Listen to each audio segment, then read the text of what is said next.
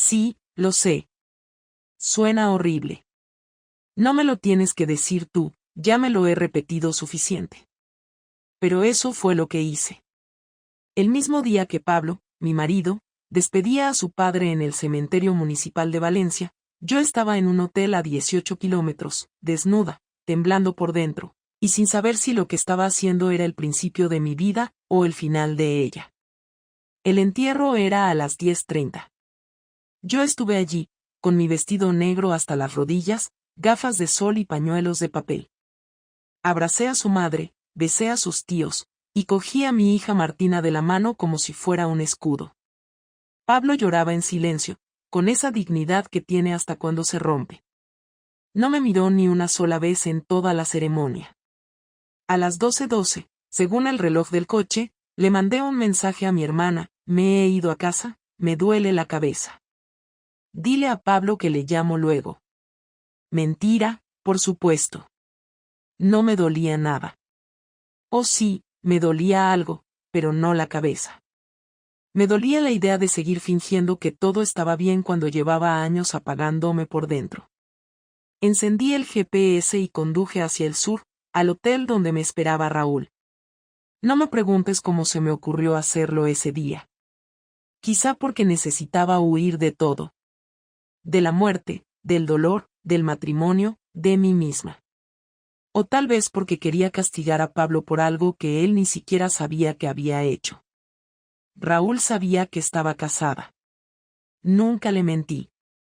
Lo que no sabía, lo que no le dije, porque ni yo misma lo entendía del todo, es que él no era una aventura. No era un capricho. Era una decisión. Nos conocimos en el gimnasio hace 6 meses. Él es instructor de ciclo, de esos que gritan frases motivadoras como si fueran generales en plena guerra. Al principio me parecía ridículo. Luego empecé a quedarme después de clases solo para hablar con él. No tonteos, al menos no en voz alta. Pero los ojos lo decían todo. Una tarde de abril me preguntó si quería tomar algo. Le dije que no. 2 semanas después, le dije que sí. No pasó nada físico ese día, solo caminamos por la playa. Pero fue peor. Porque me di cuenta de que, por primera vez en años, alguien me miraba como si importara. Pablo dejó de hacerlo hace tiempo. No por maldad. Es buena persona, trabajador, atento con Martina. Pero dejó de mirarme. Me veía, claro. Sabía cuando tenía la regla, cuando me dolía la espalda, cuando me faltaba yogur en la nevera. Pero no me veía a mí. A la mujer que se arreglaba solo para ver si él lo notaba. A la que se masturbaba en la ducha en silencio porque ya no se tocaban. A la que se inventaba excusas para no tener sexo porque la idea de fingir otra vez le daba náuseas. Y entonces llegó Raúl. En la habitación del hotel, cuando me quité la ropa, no lo hice con miedo ni con culpa. Lo hice con rabia. No contra Pablo. Contra mí. Por haberme dejado apagar. Por haber cambiado deseo por rutina. Por haber aceptado vivir como una sombra. Raúl era joven, sí, pero no era eso. Era la energía.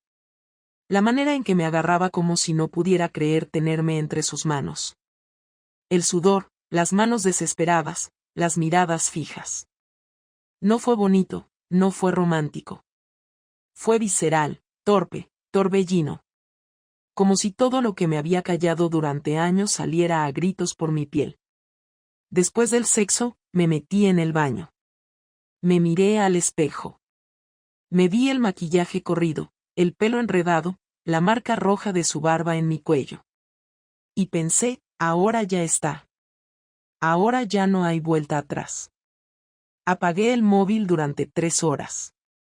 Cuando lo encendí, tenía 9 llamadas perdidas de Pablo, 2 mensajes de voz, y uno de su madre: Lucía, por favor, vuelve a casa. Pablo no está bien. Sentí un nudo en el estómago, pero no lloré. No porque fuera de piedra, sino porque ya lo había hecho todo por dentro.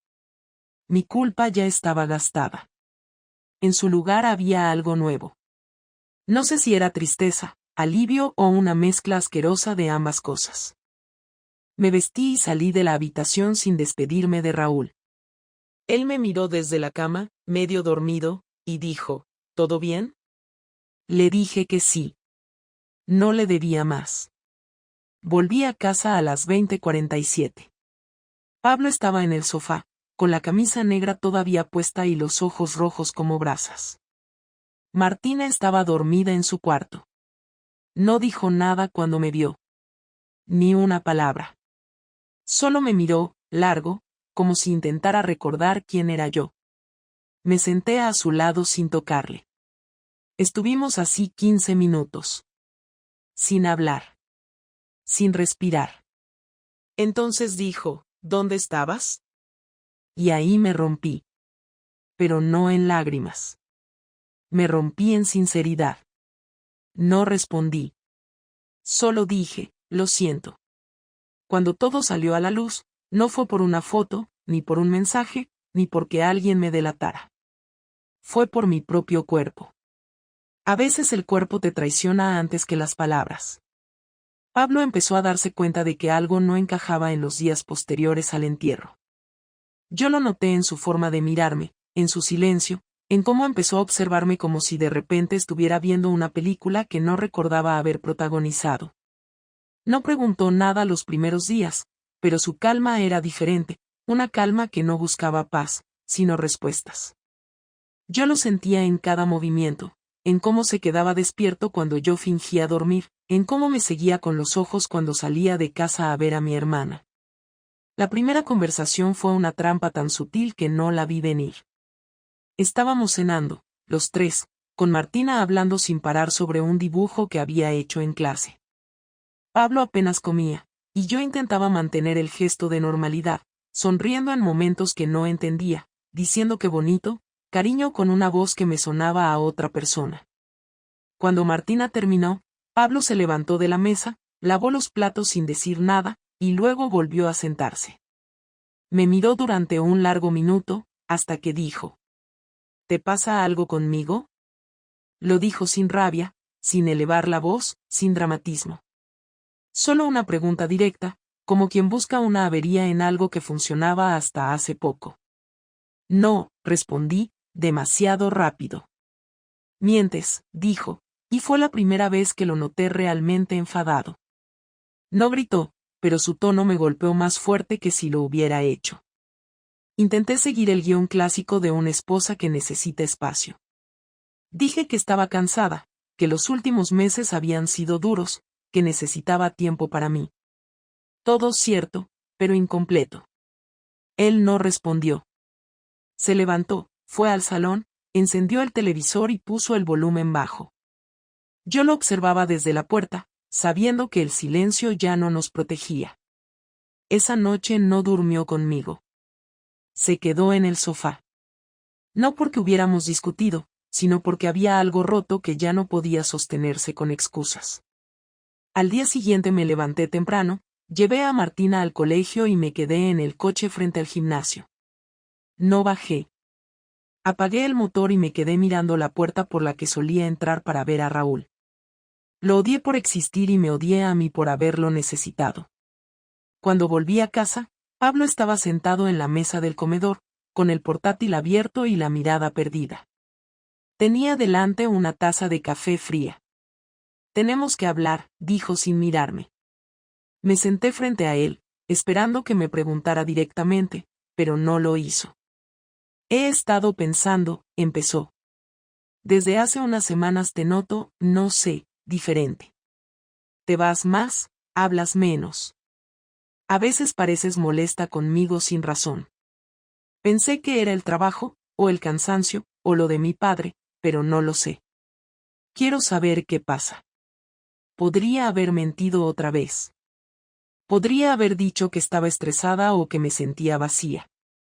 Pero él me conocía demasiado bien, y cualquier mentira se iba a caer al primer soplo. No sé cómo explicarlo, dije. Prueba, contestó. Le hablé de la rutina, del desgaste, de cómo me sentía atrapada en un bucle que no se detenía. Él escuchó todo sin interrumpirme, sin cambiar el gesto, hasta que lo solté. No fue una confesión planeada, fue un impulso. Estuve con otro.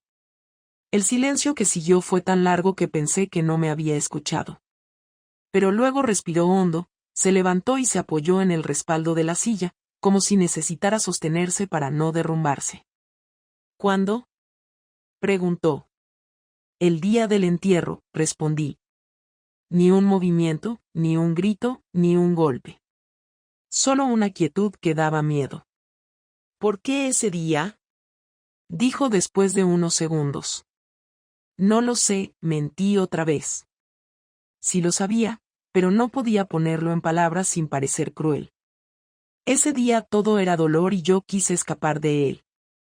Pablo me miró, y lo que vi en sus ojos fue una mezcla que nunca había visto: asco, incredulidad y algo parecido a compasión. Se fue de la casa esa noche. No me dijo a dónde. Me dejó con una nota en el escritorio: no te preocupes por Martina, vuelvo mañana para hablar con ella. No me llames. Me quedé sentada en la cama con esa hoja entre las manos durante horas. No lloré. Me sentía vacía, como si alguien me hubiera arrancado la piel y me hubiera dejado expuesta. A la mañana siguiente, cuando volvió, no traía maletas ni ojeras. Solo una mirada fría que nunca le había visto. He hablado con mi madre, dijo. Le he dicho que necesito unos días fuera. ¿Vas a quedarte con ella? Pregunté. No. Me voy a Madrid. Necesito pensar. ¿Y yo? Dije casi sin voz. Tú ya has pensado bastante, por lo que veo. Cuando cerró la puerta, me di cuenta de que por primera vez en 12 años el silencio de la casa no era tranquilo, sino insoportable. Martina me preguntó por él al llegar del colegio, y le dije que estaba de viaje por trabajo. Lo dije con tanta naturalidad que me asusté de lo fácil que me salía a mentir. Los días siguientes fueron una especie de limbo. Raúl me escribió 3 veces y no le respondí. Me sentía demasiado sucia incluso para eso. Iba al trabajo, volvía a casa, preparaba la cena, ayudaba a Martina con los deberes, y después me sentaba en la cocina a mirar la nada. Esperaba un mensaje de Pablo, una llamada, algo. Pero no llegó. Hasta que, al 6.º día, me llamó desde un número desconocido. He pensado lo suficiente, dijo sin saludo previo. ¿Y? Pregunté, con la garganta cerrada. Quiero saber si lo sigues viendo. No. ¿Por qué lo hiciste? La pregunta que no quería oír. No sabía cómo responderla sin destruir lo poco que quedaba. No sé, dije, otra vez con esa palabra inútil. Sí sabes. Porque me sentía muerta, dije al final. Y él me hizo sentir viva por un momento. ¿Y yo, qué era entonces? Preguntó. No tuve respuesta. Durante un largo rato solo se escuchó su respiración al otro lado del teléfono. Luego dijo. Voy a volver mañana. Quiero hablar cara a cara. Está bien. No hagas de cenar. No sé si voy a poder comer. Colgó sin despedirse. Esa noche no dormí. Pasé las horas repasando cada detalle de los últimos años, intentando encontrar el punto exacto donde lo nuestro empezó a morir. No había una fecha concreta. Fue un desgaste lento, silencioso, invisible. Y sin embargo, cuando me acosté, tuve la certeza de que, aunque volviera, ya no íbamos a ser los mismos. Al día siguiente, cuando llegó, lo reconocí solo por la forma en que dejó las llaves en la mesa. No me miró. Fue directo al salón, se sentó y esperó. Yo me acerqué despacio. ¿Quieres que te diga algo? Dijo sin levantar la vista. No me sorprende. ¿Cómo que no te sorprende? Pregunté, temblando. Porque hace meses que no me mirabas igual. Y yo no hice nada para evitarlo. Me lo veía venir, pero no pensé que llegarías tan lejos. Intenté hablar, explicarme, justificarme, pero levantó la mano. No digas nada. Ya me lo dijiste todo con tus actos. No lo hice para herirte, dije, sabiendo lo inútil que sonaba. Pues lo lograste igual. Nos quedamos callados un rato más. Luego se levantó y me miró por primera vez desde que entró. No voy a gritarte ni a insultarte. Pero no voy a perdonarte tampoco. No por ahora. ¿Qué vas a hacer? Pregunté.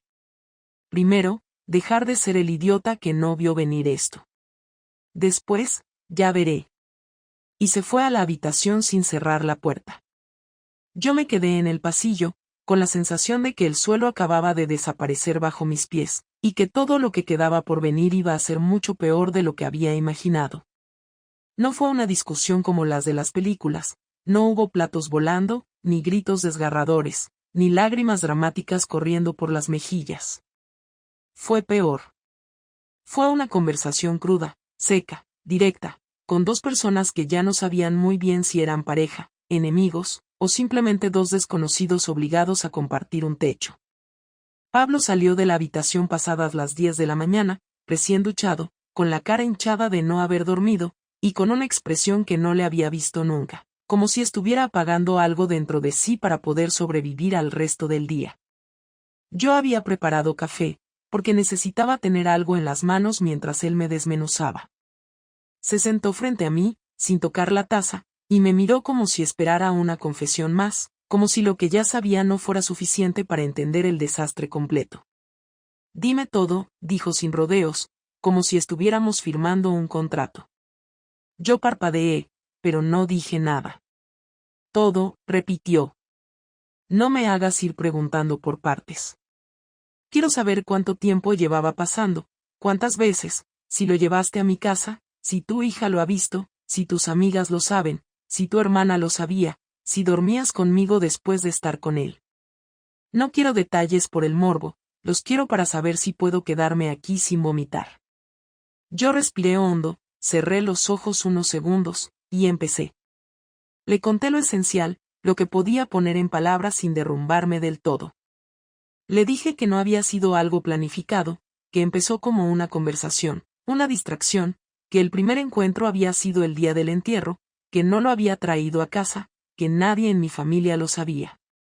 Mentí en algunas cosas, porque no era capaz de contarle que sí, que hubo más veces, que en una ocasión me quedé a dormir con él diciendo que estaba en un curso, que una de mis compañeras del trabajo sospechaba algo y yo nunca lo desmentí. Le omití todo lo que sonaba a crueldad innecesaria, como si eso pudiera salvar algo. Cuando terminé, Pablo no dijo nada durante un rato largo. Solo se levantó, caminó por la cocina como si buscara algo y luego volvió a sentarse. Me miró otra vez, pero ahora con los ojos fríos, calculadores. ¿Sabes lo que más me jode de todo esto? Dijo, con voz neutra. No es que me hayas engañado. Es que hayas elegido ese día. El día que enterraba a mi padre. No fuiste capaz ni de respetar el momento más jodido de mi vida. Ni siquiera tuviste la decencia de esperar una semana. Te fuiste a follártelo mientras yo sostenía la mano de mi madre para que no se desmayara. ¿Qué clase de persona hace eso? No respondí. Porque no tenía forma de defenderme. Lo sabía desde que salí del cementerio ese día, pero escucharlo en voz alta, dicho con esa frialdad, fue como si me desnudaran frente a un tribunal. Pablo no paró ahí. ¿Sabes lo que pensé cuando no volvías al tanatorio? Que te habías descompuesto, que te había afectado más de lo que aparentabas, que necesitabas espacio, que te dolía verme mal. Y mientras tanto tú estabas acostándote con un tipo que ni siquiera conoces bien. Porque no lo conoces. No sabes nada de él, solo que te hacía sentir especial. ¿Y yo qué? ¿Qué fui estos años? El tipo que pagaba las facturas y hacía la cena mientras tú ibas recuperando la autoestima en brazos de un monitor de gimnasio. Quise decir algo, cualquier cosa, pero él me interrumpió antes de que pudiera abrir la boca. No me hables de amor, ni de culpa, ni de rutina. No me vendas la historia de que te sentías sola. Yo también me sentí solo 1000 veces, y no salí a buscar a nadie. Tú sabes lo que es ver cómo tu pareja se apaga y no saber qué hacer.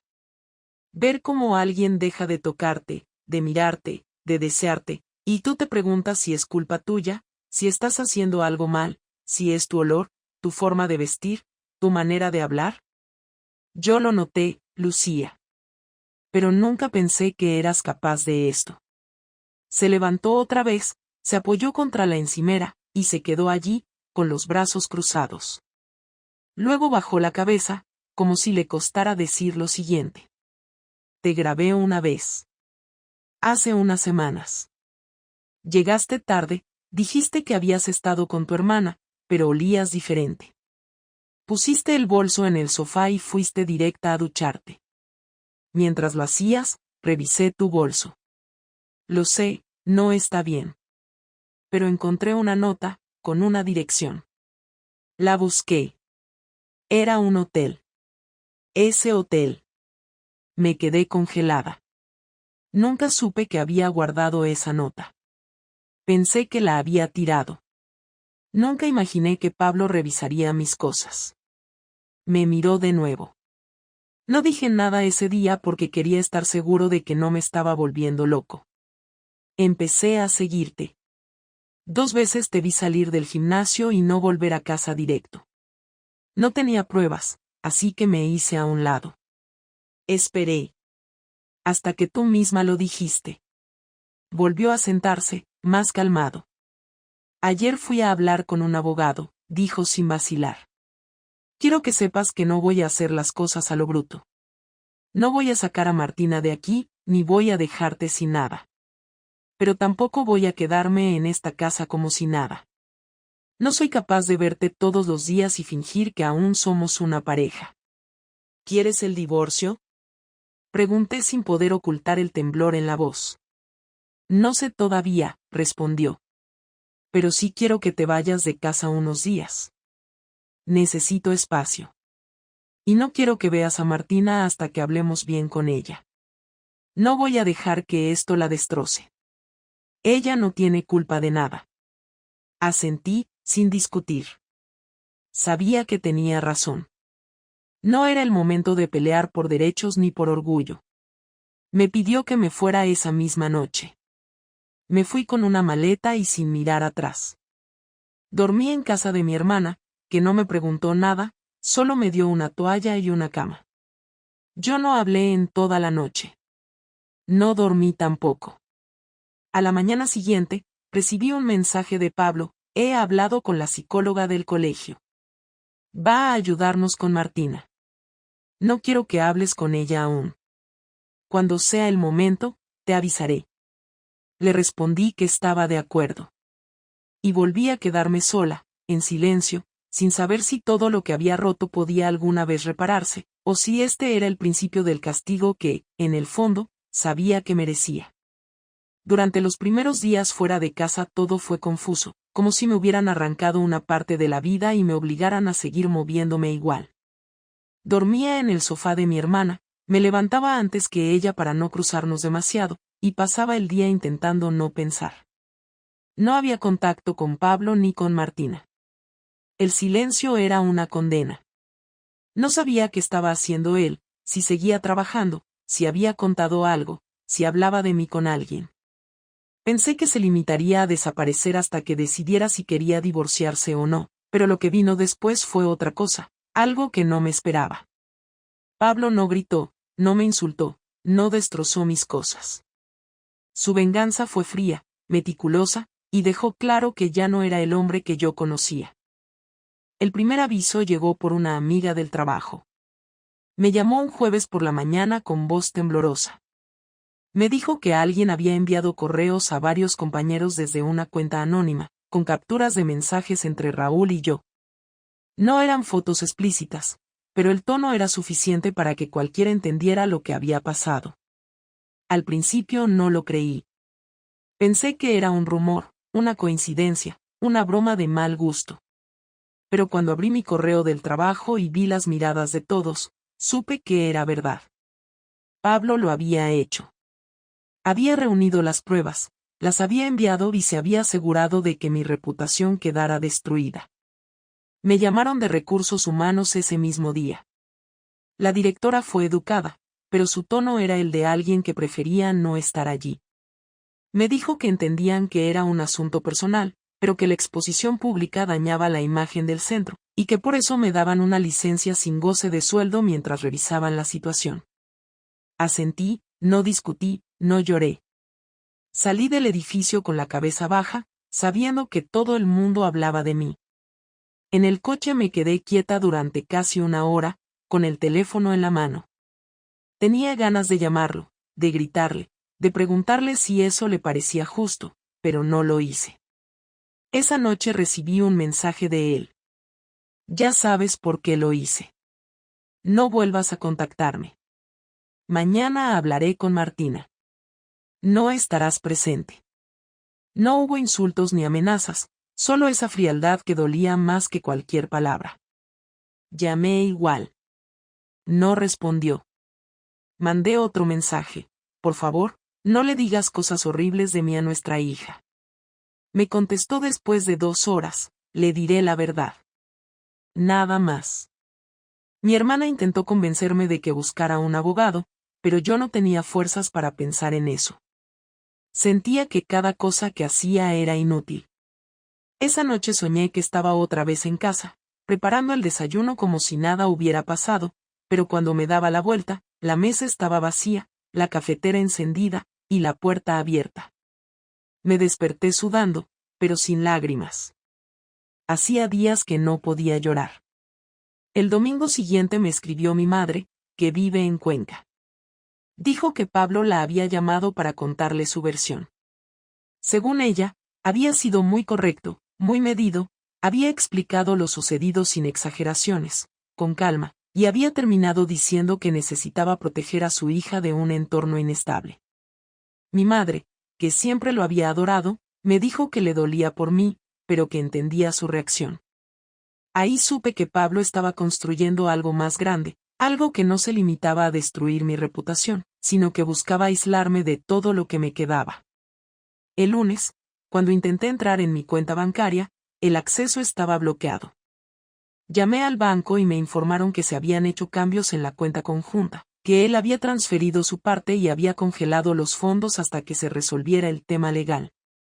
Todo lo que tenía a mi nombre era el salario que no iba a cobrar por mi suspensión y un coche a medio pagar. Intenté mantener la calma, pero empecé a temblar. En ese momento entendí que ya no estaba lidiando con el hombre con el que me casé, sino con alguien que había decidido que yo era su enemigo. Esa tarde conduje hasta nuestra casa. No sabía qué esperaba encontrar. Quizá una conversación, una posibilidad de explicarme, un poco de humanidad. Toqué el timbre varias veces hasta que abrió. Llevaba una camiseta gris y cara de cansancio, pero no parecía nervioso. Me miró sin sorpresa, como si hubiera estado esperando ese momento. No puedes venir aquí, dijo. Necesito hablar contigo. No hay nada que hablar. Pablo, me estás destrozando la vida. Yo no te la destrocé, Lucía. Tú lo hiciste. Intenté entrar, pero bloqueó la puerta con el brazo. Quiero ver a Martina, dije. No hoy. Está en casa de mi madre. No puedes mantenerme alejada de ella. Puedo, y lo haré hasta que esto se aclare. No voy a permitir que la confundas con tus excusas. Me quedé en silencio unos segundos, buscando algo que decir que pudiera cambiar el rumbo de la conversación, pero no había nada. ¿Por qué hiciste lo del trabajo? Pregunté. Porque necesitaba que entendieras lo que es perderlo todo de golpe, respondió sin dudar. ¿Eso te hace sentir mejor? No. Me hace sentir equilibrado. Cerró la puerta. Ni un portazo, ni una mirada final. Solo un clic seco. Me quedé allí, en la entrada, hasta que empezó a oscurecer. Después volví al coche y me fui, sin rumbo fijo. Conduje hasta un área de servicio y me quedé dormida en el asiento. A la mañana siguiente recibí un correo. Era del abogado que había mencionado. Me citaba a una reunión para hablar del acuerdo de separación. Fui por inercia. El despacho estaba en el centro, con paredes de cristal y olor a café quemado. El abogado era un hombre de unos 50 años que hablaba con tono neutro. Me explicó que Pablo había iniciado el trámite de separación temporal, que no pedía custodia exclusiva todavía, pero que sugería una evaluación psicológica para ambos, por recomendación de la psicóloga escolar. Me mostró los papeles con calma, me pidió que los leyera, y me explicó las consecuencias. Cada palabra me hundía más. ¿Puedo hablar con él directamente?, pregunté. Él ha pedido que toda comunicación sea a través de los abogados, dijo el hombre, sin levantar la vista. Salí del edificio con la sensación de que ya no tenía nada. No casa, no trabajo, no hija, no reputación. Llamé a Raúl por pura desesperación. No había hablado con él desde la noche del entierro. Me contestó con voz insegura. Lucía, no deberías llamarme, dijo. Todo esto se ha vuelto una locura. En el gimnasio ya lo sabe todo el mundo. ¿Fuiste tú quien habló? No, claro que no. Pero ya da igual. Mi jefe me ha dicho que mejor que me vaya un tiempo. ¿Un tiempo? Sí. No quiero perder el trabajo por esto. No puedo seguir viéndote. Lo siento. Colgó sin más. Me quedé mirando el teléfono, comprendiendo que ahora sí, lo había perdido todo. Pasaron los días y empecé a notar lo calculado que había sido todo. Pablo no improvisó nada. Esperó, reunió pruebas, habló con la escuela, con mi madre, con mi jefe, con el banco. No buscaba una venganza impulsiva, sino una demolición lenta y completa. Y lo estaba consiguiendo. Intenté escribirle una carta, explicarle que su odio no iba a arreglar nada, que estábamos destruyendo a Martina por completo, pero no la envié. No porque no quisiera, sino porque ya no tenía sentido. El viernes siguiente me llamó mi hermana.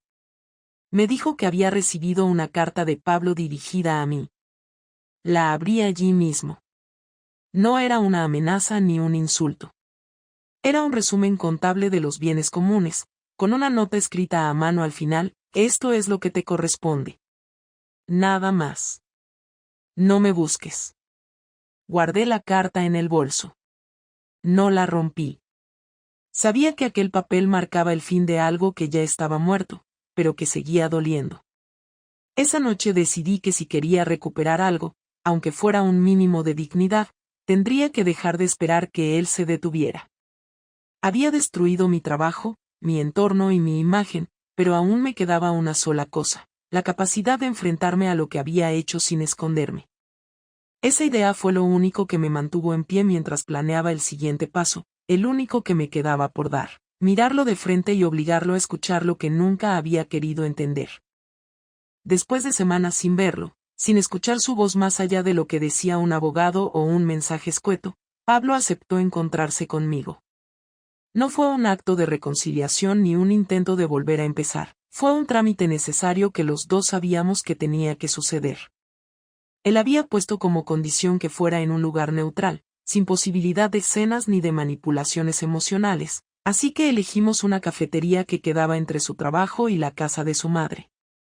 Me pidió que fuera puntual, que no llevara a nadie, y que no esperara nada más allá de una conversación.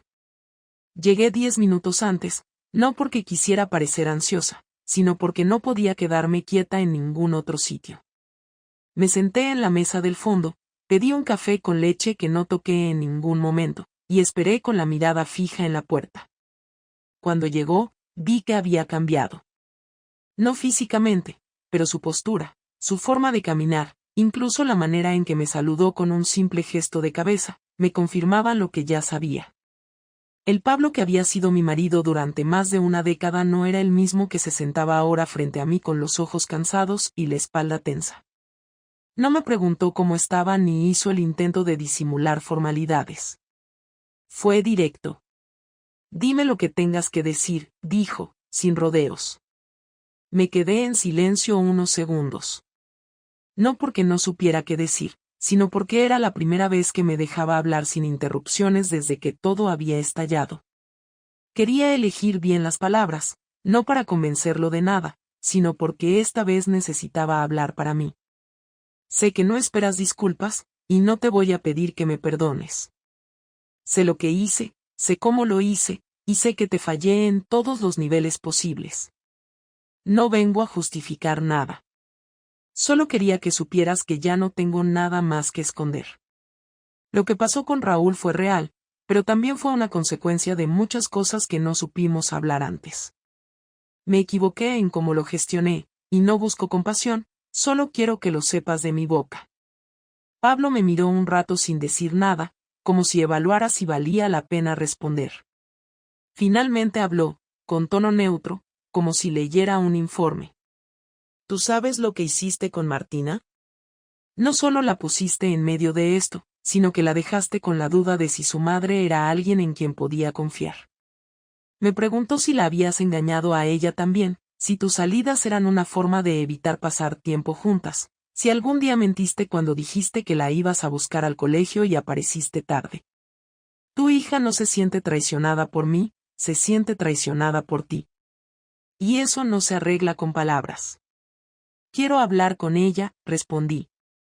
No para explicarme, sino para que no piense que la abandoné. No puedo seguir así. No puedo vivir sin verla. Eso no depende de mí, dijo. Le pregunté hace 2 días si quería verte. Me dijo que no, que todavía no estaba preparada. Y no voy a forzarla. Asentí. Dolía, pero no podía forzar algo que no era mío en este momento. Lo que más me afectó fue saber que Martina tenía preguntas, que había sufrido, que yo era parte de su confusión. He empezado terapia, dije, sin esperar una reacción. No me lo pidió nadie, lo hice porque si hay alguna mínima posibilidad de reconstruir algo con ella, tengo que empezar por entender por qué destruí todo lo demás. No me interesa lo que hagas ahora, respondió con frialdad. No me interesa si lloras por las noches, si no puedes dormir, si sientes culpa. No me interesa porque ya no eres parte de mi vida. Y me costó mucho llegar a esa conclusión. Muchísimo. Pero ahora que estoy aquí, sentado frente a ti, me doy cuenta de que ya no me duele de la misma forma. Me jodiste la vida, pero no te voy a dar el placer de seguir jodiéndomela.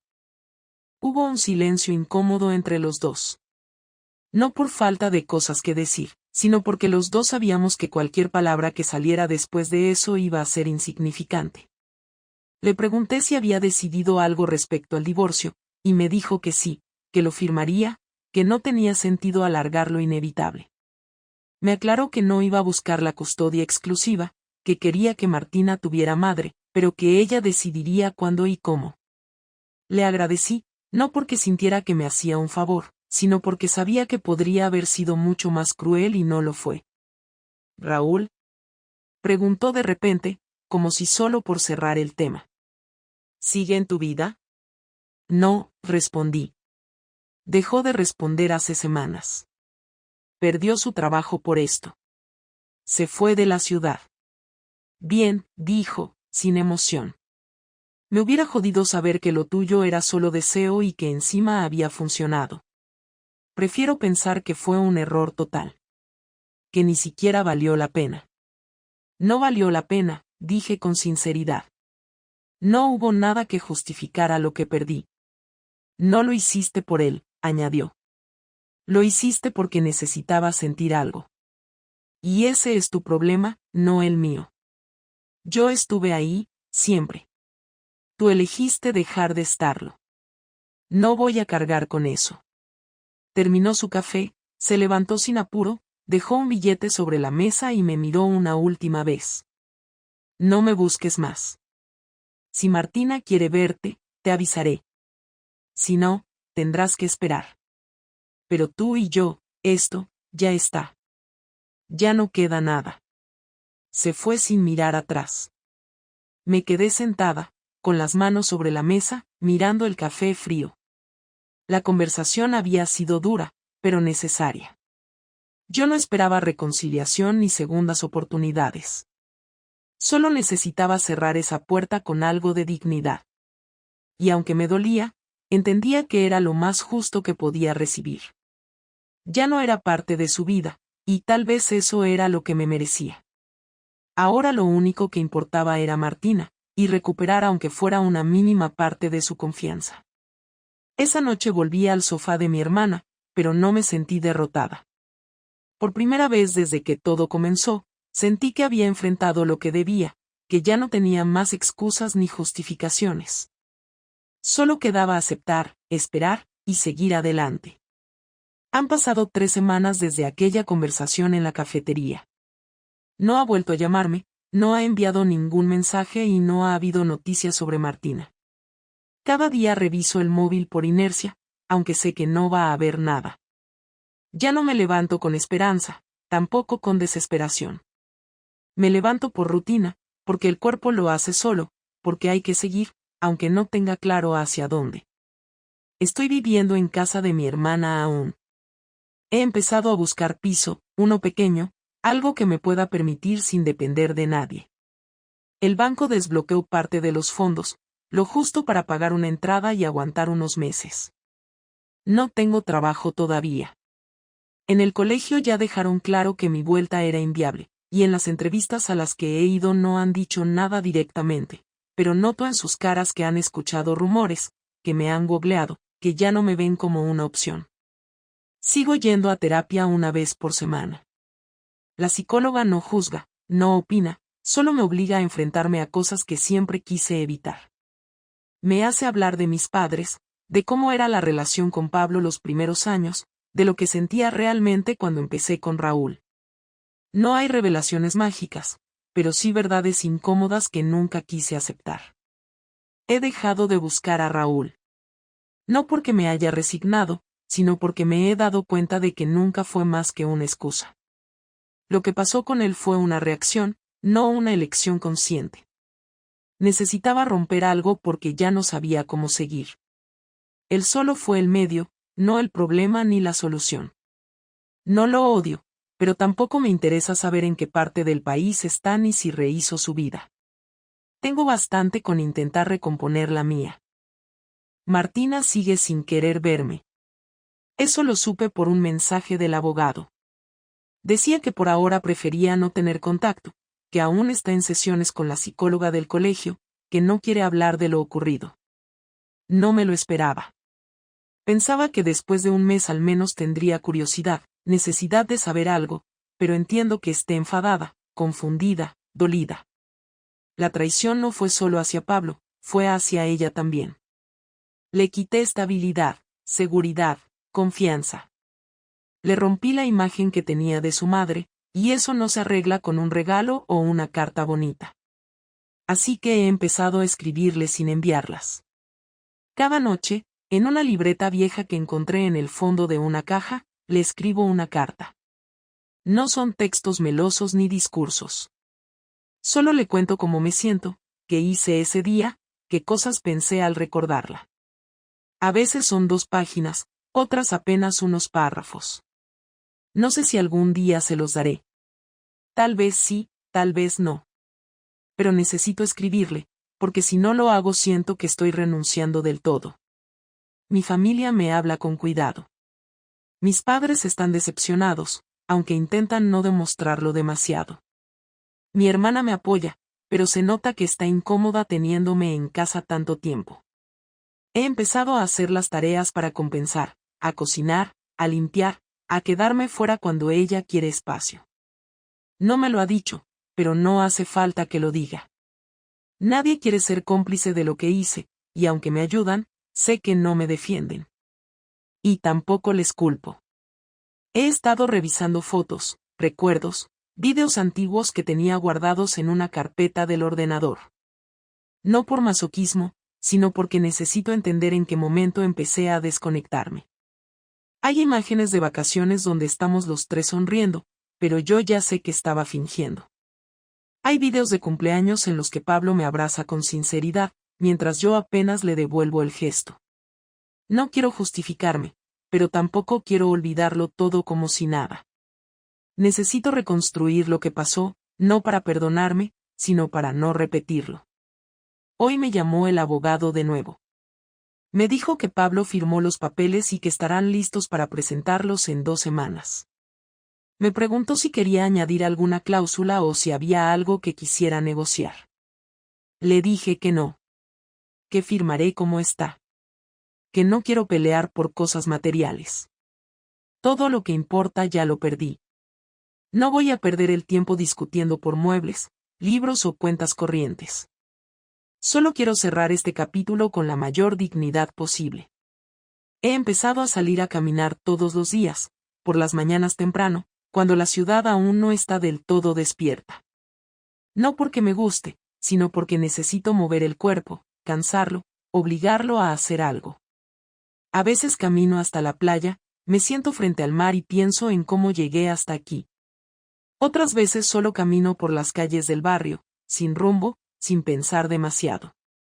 Me encuentro con gente que conozco, algunos me saludan, otros hacen como que no me ven. Lo entiendo. Ya no soy la misma, y ellos tampoco me ven igual.